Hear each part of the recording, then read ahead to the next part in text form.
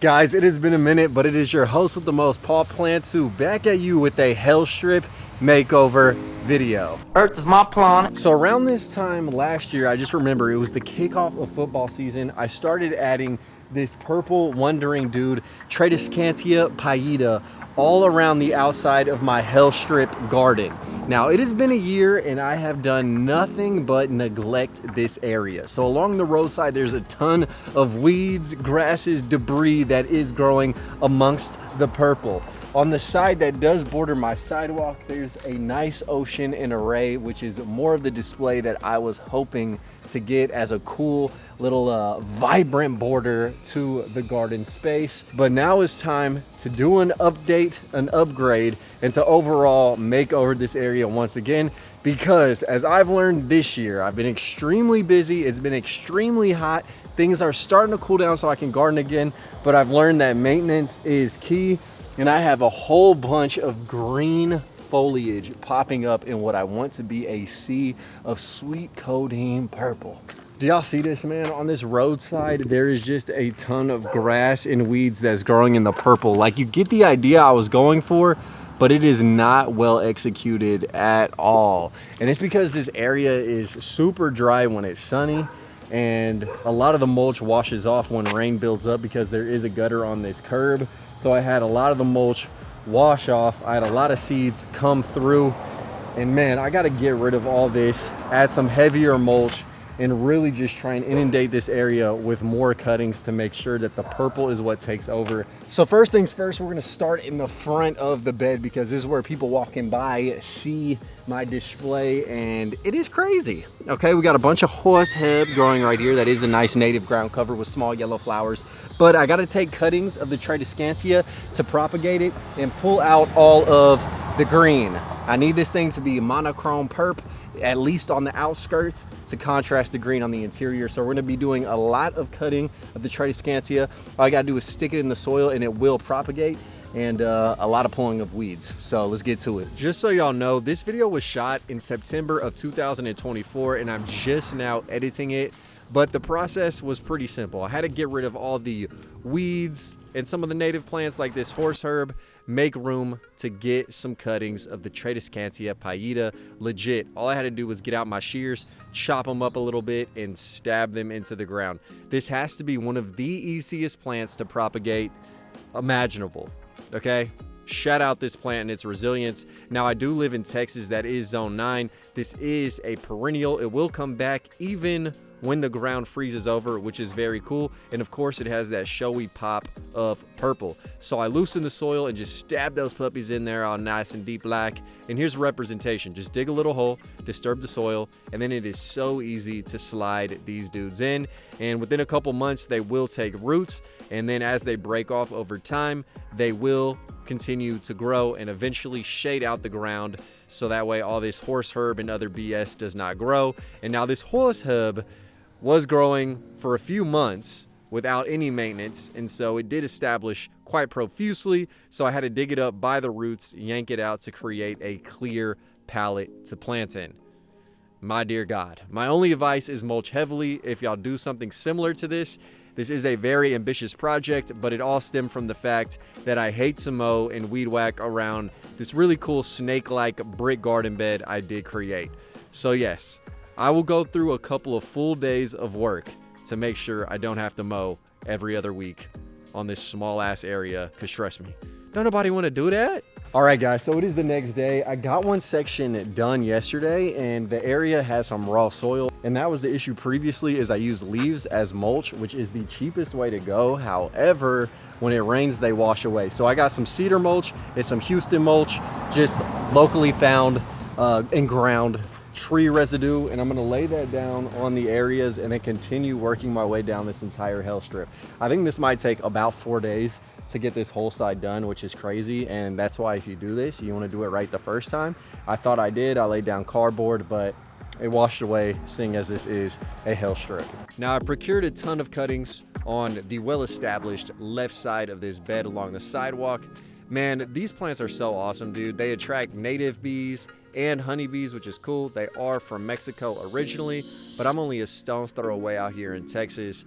But yes, we continued yet another day pulling more horse herb and clearing up this demonic strip of land. And for anyone who is curious, yes, I don't know if I actually own any of this, but I rather ask for forgiveness than permission, and I'm making this area look so much cooler than it did previously with nothing but grass. Also, pro tip, try and pull out weeds after a rain. It is a lot easier than trying to work through this extra dry soil. And here we are on yet another day of renovating this Hellstrip. As you guys can see, I did plant a ton of small plugs, and I'm just throwing some mulch around each one to ensure that their new root system does have moist soil to grow into, also to prevent any of the seed bank from random weeds that has been stacked up in this area from potentially taking a root. And it also just looks a little bit nicer. So I did put all the heavy cedar mulch around all of these nice little babies. Okay? That's what you gotta do, my friends. This is a grind, but trust me, it's well worth it.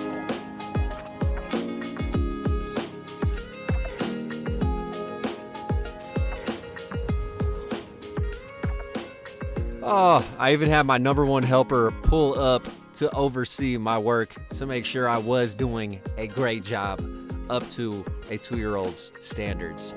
Now, yet on another day, we continued pressing, persevering, and planting. It did rain, as y'all can see. The soil is nice and malleable, and this was honestly a godsend because working in wet soil, whether you're planting a 3-inch pot or a freaking 75-gallon pot, is so much easier. So we unloaded even more mulch. We threw it down over the entire area, and I could almost sniff this job being complete. It just took a matter of sheer willpower to do this. And yeah, this mulch looks incredible. Like, some people think mulching an entire bed is how you redo a garden. Brothers, you gotta incorporate some plants in it. Don't just cover your garden with mulch and be like, oh, that looks so nice. That's kind of shit for brain thinking, honestly. But I had to make sure that no other weeds would pop up, hopefully. But alas, my brethren, the two mulched areas finally began to meet one another, and I was done. And all right, y'all, thus we have it. The Tradescantia pallida is done being planted in the Hellstrip. Please excuse the hammers and the nail guns. They are installing a roof right behind me. But yeah, this has taken a ton of days, over about, I want to say, a 4-week period, just getting to it when I can. And that is the thing with doing large projects such as this, is that when I'm not a full-time YouTube garden content creator, it does give a realistic timeline and scale of endurance and effort to complete an activity such as this. With that being said, things have came an extremely long way from the weed-ridden Hellstrip into a purple sea of pollinator attractant and interesting foliage color. Now, I will say that probably half of these plugs that I threw in the ground will fail. Another half probably will take root, and I have been trying to water every 3 days or so to make sure that the roots can form, hopefully before the cold weather comes in. And let's just be honest, a lot of these plugs that I put in are already sun blasted majorly. So it is just a roll of the dice, but this is the cheapest way humanly possible to get a large scale project such as this done. The most money I spent was honestly on mulch. And I think I used like 10 or so bags. So that was probably like 40 bucks. But a huge time investment was included in the cost of this overall. But it definitely looks great. I'm gonna keep you guys updated on the progress. So believe it or not, it has been 7 months since I first put in all the plugs of the Wandering Dude, and I'm just here in present time to do a live update on how everything turned out, because I like keeping these videos sequestered for a long period of time to show you guys the good, the bad, the ugly, and everywhere in between, to provide y'all the best update that I possibly can. So overall, the area has flushed out. I want to say 80% of the plugs I put in have took or taken. Now, some of them are smaller, and that is only because this whole area got crushed by contractors who are redoing this side of my house, and that is why this area is somewhat blank. It was filled in before they came, but as you guys can tell, still with all of the stomping taking place, these guys still can push back like no one's business. So only in 7 months worth of time, I ideally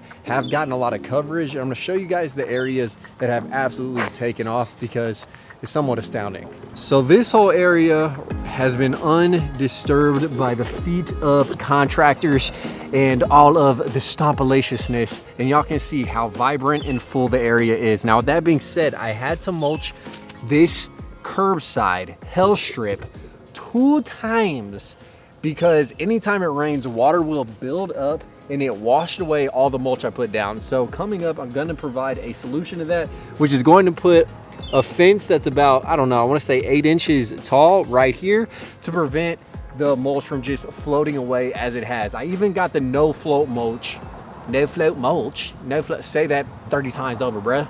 Shit's not easy, okay, don't judge me. But yeah, I'm gonna get some of that mulch and I'm gonna put it down again when I put in that fence work. If there's enough water at a torrent, it will make all of the mulch remove itself from the situation. But yes, this is ideally what I would like is the situation happening right here, which looks super lush and quite frankly wonderful. And as you guys can tell, man, this other side is pretty daggum lovely, except for this little dayflower. That shit's annoying. Now, there is one exception to the sea of purple that I have going on the side part of the yard where I let it slide, and that is this amazing Gallardia that has self-seeded into the purple allotted space of the Hellstrip, but it looks so lovely. I don't even mind some native flowers taking over this area. With that being said, a couple of last minute tips. If you do this, you definitely have to mulch because there still are small weeds that pop up here and there, and mulching makes them easier to remove from the situation. Also, you need to water the plugs when you put them in. I watered them like once every 3 days until they established, and now it's been 7 months. Through freezes, they died to the ground and came back. Through contractors stomping on them, they died to the ground and came back. So if you guys enjoyed, smash the like button, drop a comment, and always remember, Earth is my planet. Earth is my planet. More videos coming soon. I just had a newborn baby, so Lord forgive me. Until next time, I'll catch y'all expeditiously. Killing these songs, leaving a bloody life I roost to. And I'm in it to win it, so I'm somebody that you should get used to.